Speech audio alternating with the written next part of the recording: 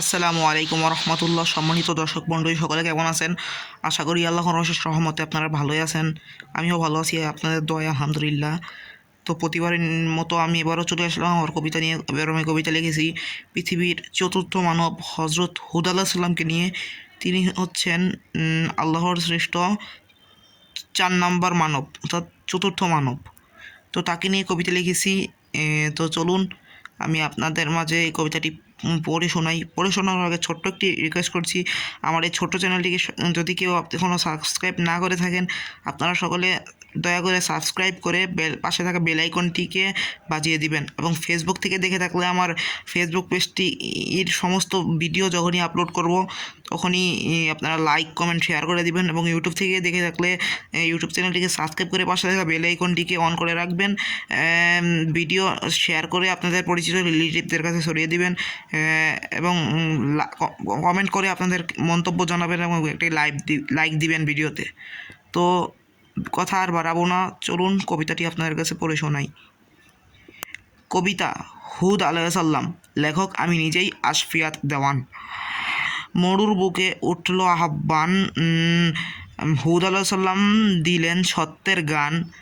বললেন সবাই শুনো হে মানুষ, এক আল্লাহই মহান। আজ জাতি ছিল শক্তিশালী, অহংকারে ছিল ভরা। হুদ আলাইহিস সালাম বললেন বারবার, ছেড়ে দাও অন্যায় ধারা। তারা শুনল না সেই বাণী, করল তাকে উপহাস।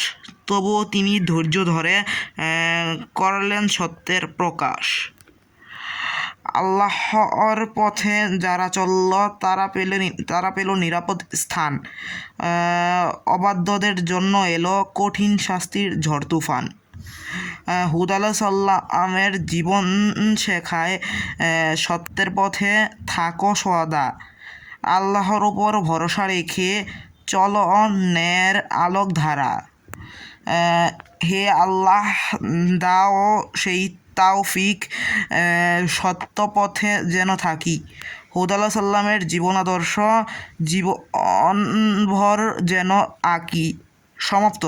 আশা করি কবিতাটি আপনাদের মাঝে ভালো লাগবে আমার চ্যানেলটিকে সাবস্ক্রাইব করে বেল আইকনটিকে অন করে রাখবেন এবং আমার নিত্য নতুন ভিডিও পেতে চ্যানেল পাশে থাকা বেল আইকনটি অবশ্যই চালু করে রাখবেন। আমার চ্যানেলটি সাবস্ক্রাইব করে রাখবেন। ফেসবুক থেকে দেখে থাকলে আমার ফেসবুক পেজের সমস্ত ভিডিও দেখে আপনাদের ভালো লাগলে লাইক কমেন্ট শেয়ার করে দিবেন।